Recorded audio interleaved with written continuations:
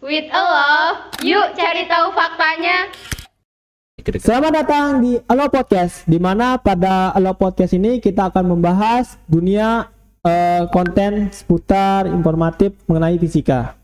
Nah, di mana pada pertemuan ini kita akan membahas tentang dunia perkuliahan, gimana sih kehidupan kuliahan itu, gimana sih dari macam-macam banyaknya program studi yang ada di kuliahan ini, kenapa kita bisa memilih program studi itu.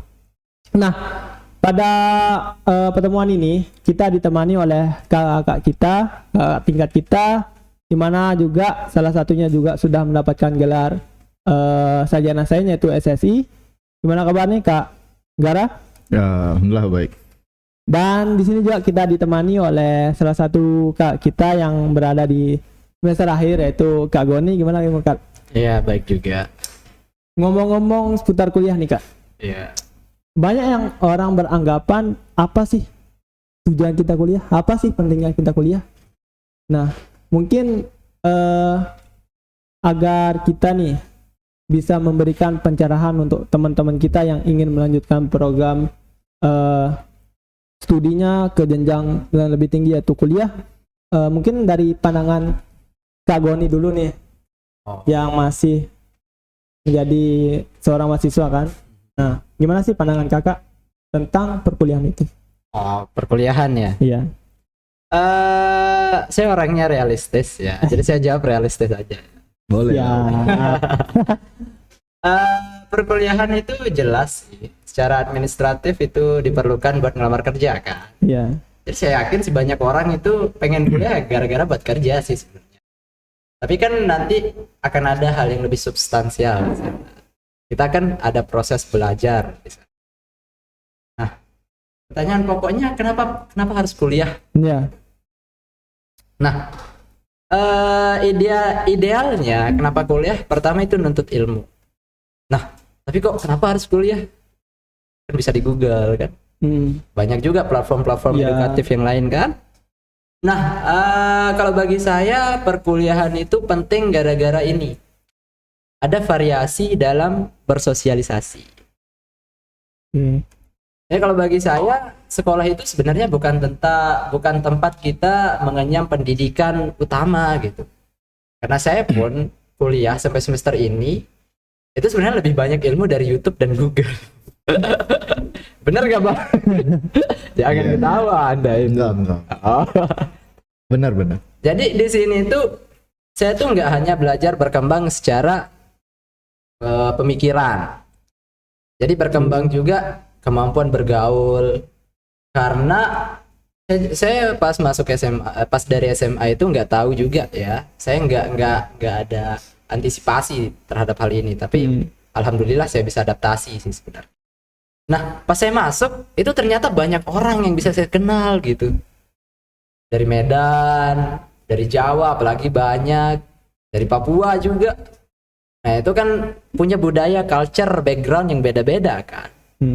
Nah, bergaul dengan mereka itu tentu ada perspektif lain yang mereka tawarkan ke kita.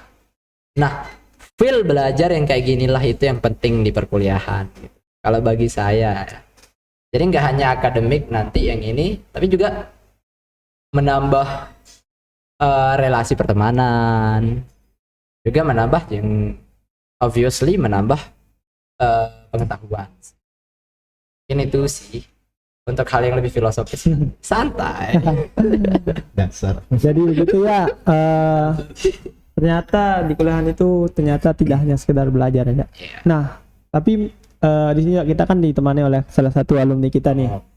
Yang dimana banyak sekali pengalaman yang sudah dituju, yang sudah ditempuh dalam perkuliahan kemarin. Nah, mungkin dari pandangan Kak Gara, gimana sih perkuliahan itu Kak? Sebenarnya kalau kita bilang perkuliahan, ini bicara kayak tadi ya, historinya gitu ya. Kalau dibilang tadi kuliah itu memang mungkin jembatan kita untuk cari kerja gitu kan, nggak bisa kita pungkiri kan. Bener banget gitu. Karena pada dasarnya memang kita kuliah ya realistisnya kan kita butuh kehidupan besok gitu. Ya kita ibarat kita sebagai ingin tumbuh dari anak-anak menjadi dewasa gitu kan. Dan dewasa identik dengan mandiri seperti itu kan. Ya makanya kita memerlukan untuk kuliah ini sebagai jembatan. Tapi sebenarnya kuliah tidak hanya sebatas itu gitu. Ada orang yang beranggapan bahwa kuliah itu adalah sebagai pengisi waktu luang. Itu Anda kayaknya.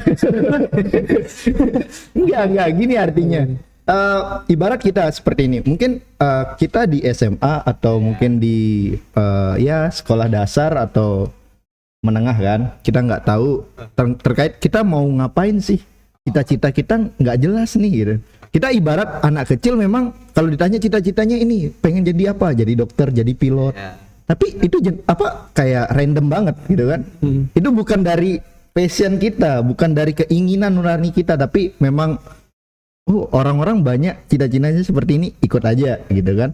Karena kita memang kurang edukasi, namanya anak kecil, wajar saja gitu. Nah seiring perjalanan mungkin ada beberapa orang yang bisa langsung bisa terjun cari, saya besok kedepannya pengen kerja seperti ini begitu kan. Tapi ada orang yang tidak tahu mau ngapain, mau dibilang dia nggak serius dalam sekolah atau apa, nggak bisa kita bilang seperti itu. Tapi memang dia belum menemukan begitu loh. Ya jadi mungkin ada aja nih yang kayak ya udah saya mungkin lumayan tertarik sama hitung-hitungan gitu kan. Ya udah saya coba cari yang jurusan tentang hitung-hitungan. Nah, bahkan ada juga orang yang sukses tapi kuliahnya hancur-hancuran, banyak seperti itu. Karena memang seperti tadi mengisi waktu luang seperti itu. Jadi dia memanfaatkan seperti tadi yang dibilang, kita itu memanfaatkan relasi yang dibuat. Kan tadi kita banyak bertemu dengan orang-orang hebat berkumpul di sini gitu. Ya ibarat kayak dosen-dosen kita atau malah orang-orang luar yang memang kita, terutama anak-anak organisasi nih, kita basicnya ya kita kurang lebih paham lah. Pasti kita cari relasi untuk orang-orang yang memang udah lebih berpengalaman.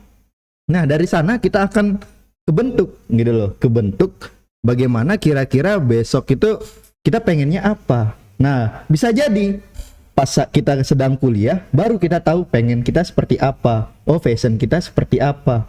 Nah seperti itu, kalau menurut saya sih seperti itu.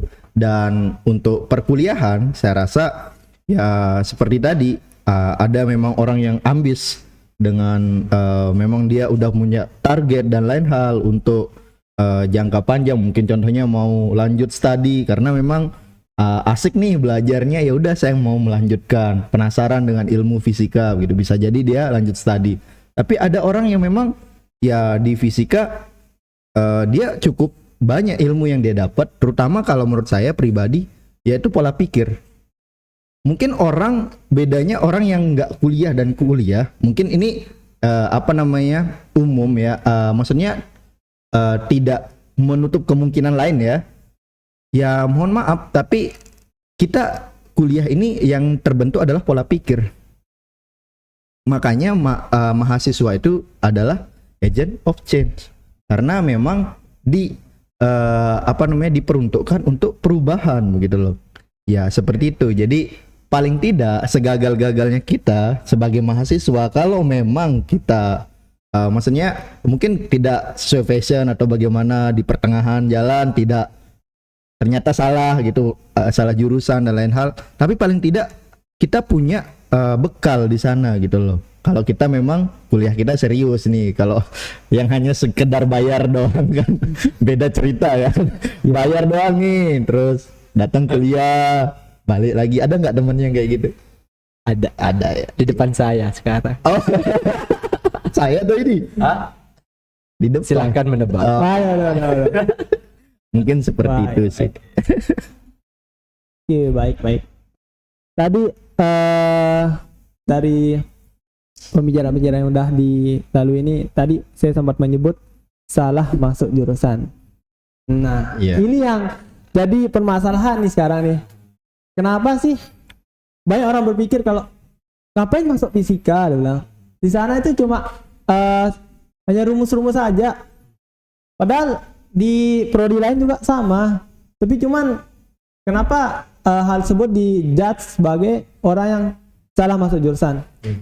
Nah kayak itu padahal mengingat juga banyak-banyak prodi yang ada di setiap universitas itu, kenapa kita setiap menyebut yang ya paling paling apa namanya itu sensitif fisika. Waduh, kayaknya kamu salah masuk jurusan. Nah, gimana sih pendapat kakak dengan, pertama nih dari Kak Goni nih, pendapat kakak dengan hal-hal seperti itu? Salah masuk jurusan. Iya. Oke. Saya pribadi nggak tahu ya, saya salah masuk jurusan apa enggak ya. Tapi saya pengen cerita sedikit. Dulu waktu SMA saya pernah ikut Olimpiade Biologi. Nah, itu kan kontradiktif banget sama fisika. Kontradiktif banget, Nggak ada kaitan banget kan. Di sana saya seneng banget ngapal nama-nama yang nggak jelas, ke nama-nama Latin ya. Nama-nama Latin dari Yang memusingkan lah. Nah, saya ngerasa ada di sana. Ada pola belajar yang saya dapat. Nah, pas saya masuk fisika ternyata, oh kok rasanya sama aja gitu.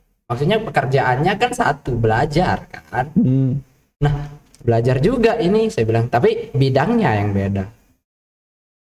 Nah, mungkin kalau bagi saya mungkin itu privilege sih kalau saya rasa, karena memang ada rasa suka sejak awal. Jadi mungkin orang-orang yang nggak suka kan banyak kan, teman-teman kita yang nggak suka math, nggak suka fisika, maunya ilmu sosial dah. Tapi ambil fisika. Iya, tapi ambil fisika. Nah, yang salah jurusan ini concern saya sih di sini. Indonesia kan masih berkembang. Masalahnya nggak ada orang yang bimbing biasanya. Mereka bukan berasal dari background yang education enough gitu, yang cukup edukasinya. Siapa yang coba mau bimbing kan? Kalau misalnya orang tuanya nggak tahu apa-apa tentang perkuliahan, mereka hanyalah seorang petani berkelana. Ya, nggak semua petani juga, Pak. Lembah kan? Tapi nggak semua petani juga nggak setuju saya. Iya, nanti dulu Pak. Anda ini mau mendebat saya ke sini ya. Iya. Nah, mereka ini nggak ada yang mengarahkan. Jadi mereka kekurangan mentor gitu. Jadi ada krisis kepemimpinan dalam biasanya ruang lingkup paling kecil lah, keluarga. Nggak ada yang bisa menghandle nih anak nih. Bakatnya di mana, apa yang dia suka. Jadi secara random, secara acak dia pilih aja gitu. Tapi kan di sana kan ada guru juga yang bisa. Nah, pertanyaannya lagi, dia dekat nggak sama gurunya? Oh gitu. Berarti Satu kelas tuh satu guru menghandle biasanya 40 orang siswa. Nggak semua orang bisa ngeklik kan? Iya. Mungkin hanya satu, dan itu pun kalau orang pintar di SMA belum tentu pintar di kuliah kan? belum tentu kan? Iya benar sih. Iya. Benar. Anda kan juara ini dulu. Juara apa? Main Juara musabakoh tingkat. Anda jangan buat. Nanti dicari nanti jejak medianya kan susah saya. Oke. Jadi ada kekurangan ini. Tapi kalau di saya pribadi saya ngerasa ada ini sih. Ngerasa ini. Iya, ada salah jurusan. Kan kamu tahu kan. Dan privilege di mana saya bisa menghandle hal itu. Jadi, berarti nggak ngerasa salah jurusan ya? Iya. Jadi ada persistence alias daya juang di sana. Saya udah masuk, nggak mungkin lagi kan keluar. Oh iya. Sama kayak kita kalau nikah kan, nikah satu. Saya orangnya setia loh. Iya. Saya setia sama fisika, tetap aja sama fisika. Oke. Benar setuju. Nah kalau udah masuk ya nggak ada ini. Tapi mau nggak mau mindsetnya yang perlu ditata. Dan tentu itu nggak mudah sih sebenarnya. Mudah diomongin ya jelas, tapi you know lah reality. That's the simplest thing that I can. Oke. Jadi banyak dari teman-teman yang mengatakan seperti itu, bukan teman-teman yang mengatakan sih. Orang lain luar yang nggak tahu. Yang nggak tahu bahwa jangan dia nggak niat kuliah juga. Nah, itu ya masalahnya juga nih. Anda membicarakan diri Anda. Oh mohon maaf, saya niat. Oh. Kadang-kadang. Berarti Anda tepat jurusan. Tepat. Oke. Dan pintar ya pura-pura. Enggak kok, beneran. Mengenai tadi yang kita bahas tentang masalah salah masuk jurusan, mungkin saya sedikit bertanya pada Kak Gara yang sebagai alumni juga kan pada program studi fisika ini, gimana sih, kan banyak nih di ruang lingkup fisika ini kan nih teman-teman yang tadi kayak ambis nih, yang introvert lah atau menyendiri lah atau banyak macam-macam karakteristik dari teman-teman nih. Nah, gimana sih cara kakak menghadapi ruang lingkup atau lingkungan yang seperti itu nih kan? Gimana cara kita bertahan agar kita tetap nyaman di pilihan kita kayak gitu? Salah satunya aja di fisika lah kayak gitu. Oke, kalau dari saya pribadi nih, jujur kan, kalau dari saya dari dulu memang saya nggak suka pilih-pilih orang gitu loh, nggak suka yang namanya bedain yang ini A, B, anak nakal lah, anak baik lah gitu kan. Cantik ganteng nggak? Enggak. Jadi semua saya anggap punya kelebihan dan kekurangan masing-masing gitu. Bahkan saya tidak pernah memandang orang dari kekurangannya. Ini jujur aja, nggak buat-buat nih gitu. Karena tak anggap gini aja deh. Kita berteman sama penjahat pun kita nggak akan rugi.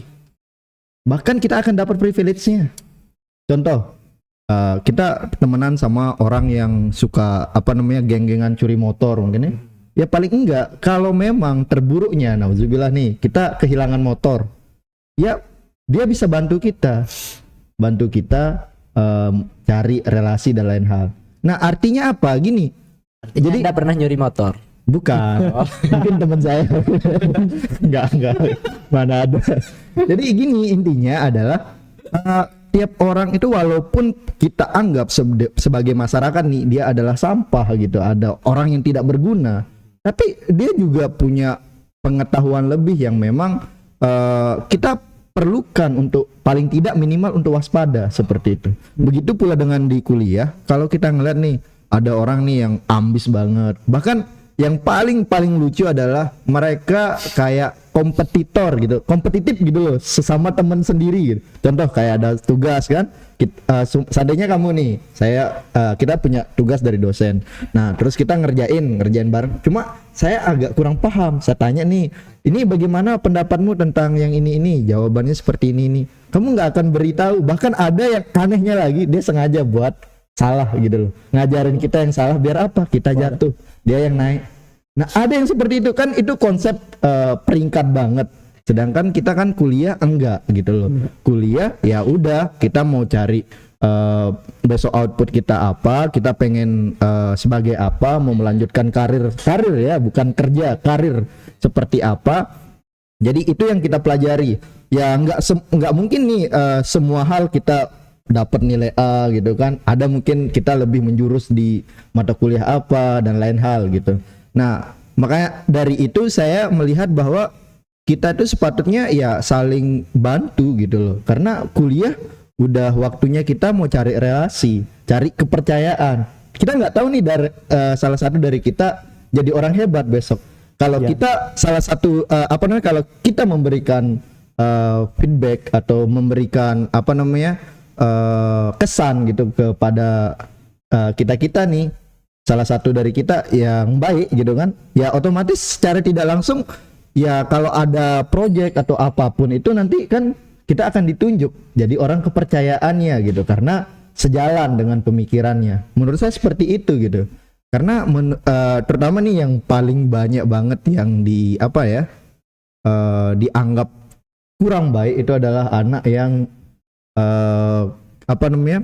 angkuh lah bahasanya. Jadi angkuh pada ya cuek lah bahasanya ya, cuek sama dosen, maksudnya ya nggak peduli nilai, ya udah gitu loh, saya yang kuliah dan lain hal gitu kan. Cuek sama orang tuanya, ya orang tua saya yang biayai, bukan ini gitu loh. Jadi dia semau-maunya untuk kuliah, mau kuliah ya jalan, kalau enggak gitu. Ya secara ini karena kita hidupnya harus belajar bersosialisasi, karena kan kita mau terjun ke masyarakat, paling tidak tugas kita adalah mengingatkan seperti itu. Jadi paling tidak sebagai mahasiswa kita itu peduli lah gitu loh, punya kepekaan terhadap sosial, terhadap sekitar gitu. Karena kalau nggak kita yang memulai, ya siapa lagi gitu kan? Ya mungkin ibaratnya seperti itu gitu. Setuju nggak? Artinya Anda pernah nyuri motor. Enggak. Kirain. Ini kan ibarat gitu loh. Nanti Oke. tiba-tiba ada Motor yang datang. dikira saya nanti, aduh janganlah. Iya, yang sangat menarik tadi ya kita jelaskan, ternyata bukan hanya sekedar kita berkompetisi saya di kuliah ini, tapi kita harus menjalin relasi kepada teman-teman agar tidak apa ya, kayak saling iri dengki lah, Iya. agar tidak lebih oi saya mau saingan kayak gini terus. Ini kita balik sedikit tadi ke yang udah kita bahas tentang fisika. Banyak yang udah bertanya-tanya, apa sih manfaat bagi kehidupan dari fisika ini? Ini dari Kak Goni nih, gimana sih? Manfaat fisika. Iya. Ini akan jadi jawaban yang agak panjang. Wah. Dipersingkat aja, Pak. Iya aja. Durasi, Pak. Panjangnya mungkin 6 tahun cahaya. Oh, Kalau dipersingkat jadi 5 menit. Gak mungkin ya. Apa sih fisika? Pertama mungkin literally dulu ya. Fisika adalah ilmu yang membahas tentang yang mengkaji tentang fenomena alam yang terjadi di sekitar. Nah, itu literally harfiah banget. Iya. Tapi bagi saya pribadi yang udah bukan bergelut sih, yang udah menyentuh permukaannya. Fisika itu saya rasa ini saya bahasakan secara sederhana dulu. Menyederhanakan sesuatu. Jadi kita belajar problem solving di sana. Iya. Kita belajar gimana sih cara melakukan sesuatu secara terstruktur. Nah, kalau bagi saya ada ketenangan ketika ngelakuin itu. Nah, ketenangan apa yang saya maksud gini. Banyak sering kali kita gupuh. Gupuh itu apa? Panik. Oh, panik ya. Panik. Gupuh. Panik. Bahasa Amerika deh kan? Amerika kan? Iya, Amerika. Enggak, dari kemarin Amerika ke Wakanda, saya dengar itu gupuh. Wakanda. Oh, iya. Tahu. Nah, panik gitu. Paniknya ini di sini. Misalnya pas UAS nih, waktu tinggal bentar, tapi lembar jawaban masih kotor. Biasanya orang identitas itu nulis doa. Saya nulis doa gitu. Itu goblok. Nah, saya belajar untuk tetap tenang gitu di dalam kondisi itu. Iya. Karena ada strukturisasi berpikir yang saya dapat. Jadi ada, kalau istilah teknisnya algoritma lah. Jadi langkah per langkah itu harus dipikirin. Nah, pikiran yang tepat itu tentu akan diperoleh dari ketenangan. Misalnya nih, kita mau kuliah jam 7 pagi. Jam 7 pagi bos baru bangun jam 6.55. Yang paling ini real sama kehidupan itu biasanya kunci motor nggak tahu taruh di mana. Biasanya kamar yang udah rapi langsung diberantakin nyari bos. Tahu-taunya di kantong kan. Ini ketawa pernah pasti. Sering sekali lah. Nah, at the moment tentu kita harus berpikir gitu. The most efficient way to solve that itu kayak gimana? Jadi tentu kalau si pribadi tentu saya diam dulu, saya berpikir gimana nih, apa yang harus saya periksa duluan. Misalnya kalau misalnya kos ada 2 lantai, cek seluruhnya 1 lantai. Spesifik tempat di mana tempat-tempat kunci yang biasa ditaruh. Nah, jadi di sana tetap jadi enggak gupuh ke lantai 2 lagi enggak nemu langsung. Iya, kalau seandainya nih kita gimana? telat nih kayak tadi dibilang masuk jam 7. Iya. Terus jam 55 masih di rumah. Ya, terus gimana solusinya? Tetap aja telat kan? Iya, Oh, tapi mungkin kan rumahnya di kampus ya? itu Anda dari tadi berbicara diri Anda sendiri. Oh, enggak. Saya punya teman yang kehilangan mouse. Kok santai. Bukan saya ya, bukan saya. Jadi konteksnya itu ketenangan berpikir. Oh, Jadi walaupun saat kondisi panik ya udah tenang aja. Iya. Walaupun telat nggak apa-apa Itu gitu. salah satunya. Tapi itu tentu abstrak sih ya, karena emang nggak ada kaitannya sama fisika yang kayak Iya. gitu kan. Nah, coba sekarang kita kaji di ke fenomena alam. Hal yang dilatih itu adalah pekaan kita. Jadi kecenderungan orang kan manusia itu lembam ya. Nah, lembam ini istilah fisika. Iya. Apa sih artinya? Tahu Lembam, kan? Tahu iya. kan? Nggak tahu. Keluar dari fisika. Baru wajar ya. Baru. Jelaskan dulu. Jelas. Jadi manusia kan punya cenderungan untuk selalu malas kan. Malas Iya. berpikir, malas ini, Malas untuk malas juga. untuk malas kuadrat. Saya pernah terhanyut dan bahkan sampai kaget semati-matinya. Karena ada hal sederhana yang unexplainable. Karena memang belum paham waktu itu kan. Iya. Saya dijelaskan dosen bahwa rambut kuda pun bisa jadi sensor. Wah. Sensor suhu. Kaget kan? Enggak. Udah Iya, tahu. Anda dengar. Kan kita bareng jelasin dosen. Jadi kalau rambut kuda itu mengkerut, itu berarti suhu di bawah sekian. Jadi ada prediksi di sana. Nah, kajian-kajian alam yang kayak gini kan, yang kita lakuin di fisika. Iya. Nah, kalau misalnya nggak peduli sama fenomena-fenomena alam yang kayak gini, itu biasanya nggak cocok sama fisika. Apalagi orang yang di otaknya fisika itu angka semua. Nah, itu udah out lah. Angka atau huruf gitu. Rumus. Saya nggak pernah hitung angka sih. Kita dari punya dulu. masalah ya. Kan kita hitungnya ayo. Huruf yang kita Iya. hitung. Jadi kompleksitasnya fisika itu bukan. Iya ya. Saya punya teman kehilangan motor satu. Oh, kayaknya kamu deh. Jadi ada kompleksitas di sana. Nah, kalau misalnya lari ke bidang-bidang pengkajian fisika kan banyak. Ada instrumentasi, itu laptop kan semua itu CPU itu kan chipnya itu dibuat dari atas dasar instrumentasi kan, gerbang logika semua isinya.